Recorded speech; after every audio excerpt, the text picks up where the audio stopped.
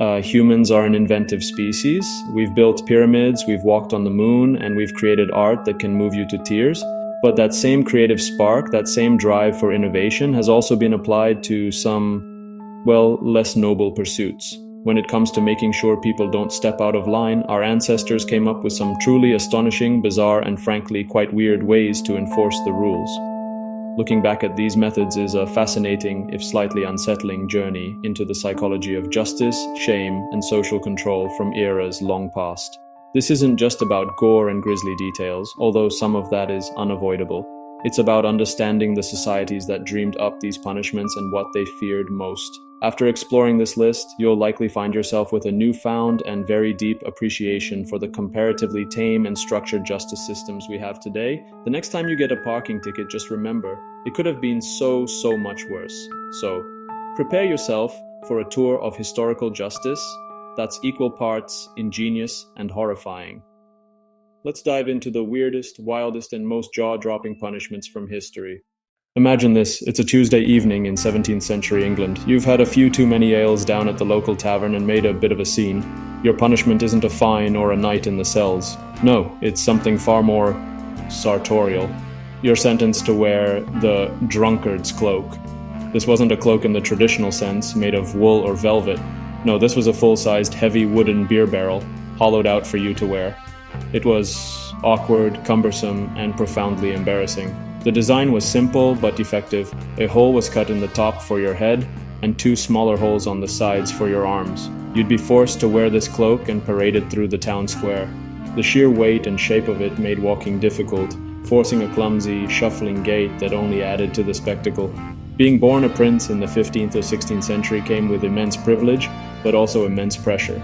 You had to be educated, disciplined, and molded into a future king.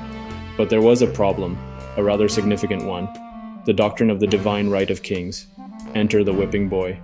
This was a young boy, often of noble birth and a close companion to the prince, who was assigned a very specific and unfortunate role. Whenever the prince misbehaved, broke a rule, or failed in his studies, it wasn't the prince who received the punishment, it was his whipping boy. The tutor would administer the lashes or caning to this stand-in right in front of the prince.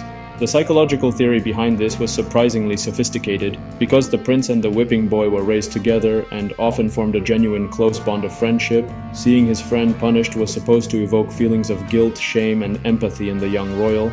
In medieval Europe and continuing for centuries afterwards, there was a particular kind of woman who threatened the social order, the common scold. This was a term for a woman deemed too argumentative, too gossipy, or simply too outspoken. The community needed a way to silence her, and the solution they devised was the ducking stool. This was a chair, sometimes elaborately carved, attached to the end of a long wooden arm, almost like a seesaw, and positioned on the bank of a river or pond. The accused woman, often after a summary judgment by local officials, would be strapped into the chair. The operators would then use the long arm to plunge her into the cold, murky water. She would be submerged for a few moments, brought up gasping for air, and then, if the crowd or the officials weren't satisfied, dunked again and again. While it was primarily intended for humiliation, it was also incredibly dangerous. If the ducking stool was designed to punish a scold with water, the scold's bridle, or Brank's bridle, aimed for a more direct approach, enforced silence. This device, primarily used in 16th and 17th century Britain, was a horrifying piece of metalwork. It was essentially an iron cage that was locked around a woman's head, like a mask or a helmet. The most crucial and cruel feature of the bridle was the gag. A small piece of metal, often sharpened or covered in spikes, was inserted into the woman's mouth and pressed down on her tongue. The woman would be forced to wear the bridle and was often led through the streets by a leash attached to the mask, as if she were an animal. She would be paraded around the public square or chained to a post for all to see. This punishment was almost exclusively used on women. It was a stark and terrifying instrument of patriarchal control, used to punish women for transgressions like gossiping, arguing, or expressing dissent. The pillory is one of the most iconic images of historical punishment. You've seen it in films and books, a wooden frame on a post, with holes for the head and hands, set up in the middle of a bustling town square. An offender would be brought out, their head and hands locked into the frame, leaving them completely immobilized and exposed. For a set period, from a few hours to a few days, they were trapped, a living exhibit of their own wrongdoing. However, the pillory often escalated far beyond mere humiliation. The trapped individual was completely at the mercy of the crowd. People would throw rotten fruit, vegetables, mud, and animal excrement at the helpless person. In the worst cases, the crowd's abuse turned deadly. People would throw rocks, bricks, or other heavy objects, leading to serious injury or even death. Being sentenced to the pillory was therefore a terrifying gamble.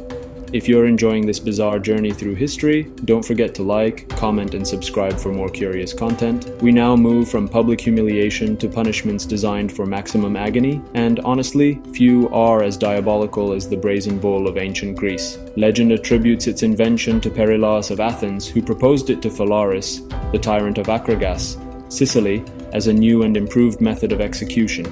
The device was a life-sized hollow statue of a bull cast entirely from bronze. Once the victim was locked inside, a fire was lit directly beneath the bronze bull. The metal would slowly heat up, essentially turning the inside of the statue into an oven. The person inside would be roasted alive.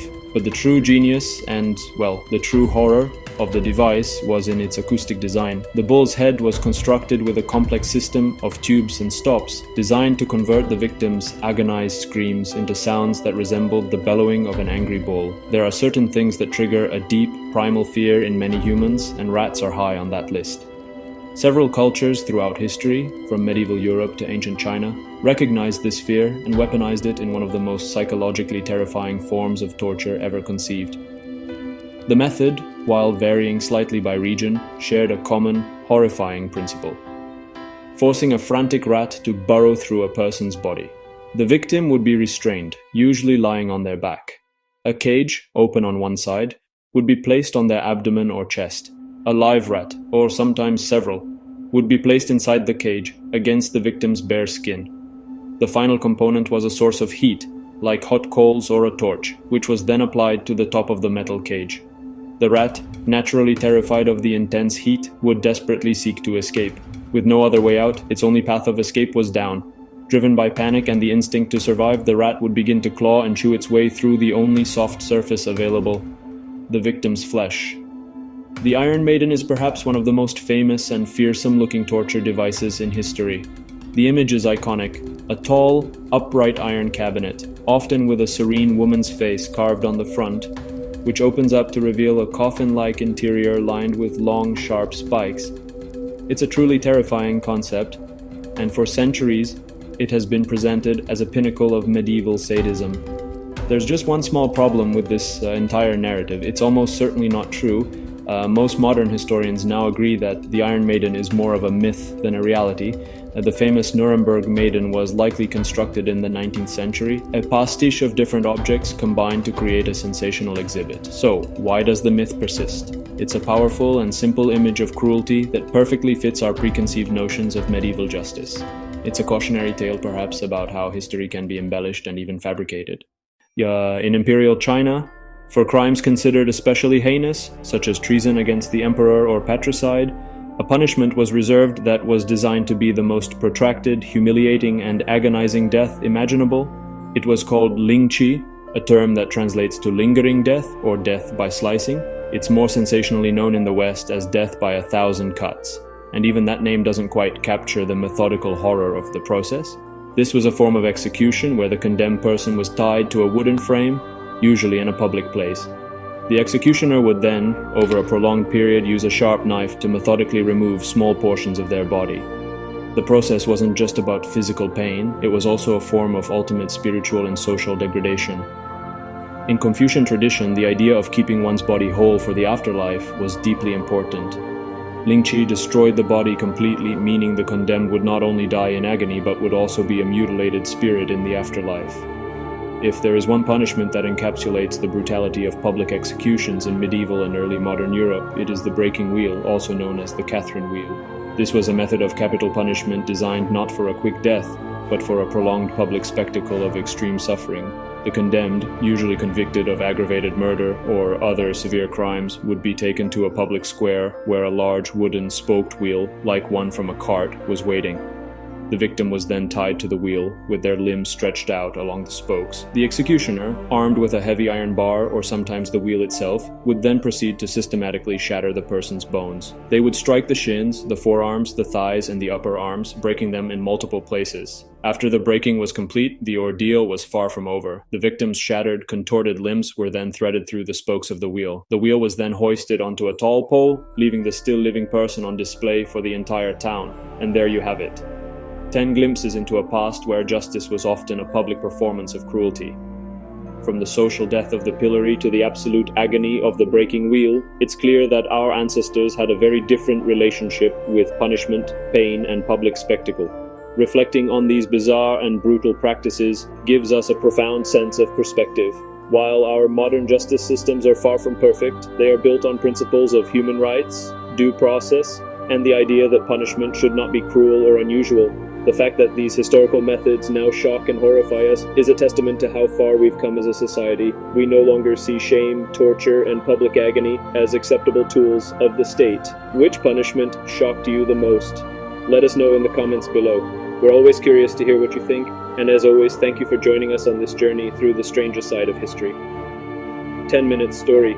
Every day, a new pill of curiosity.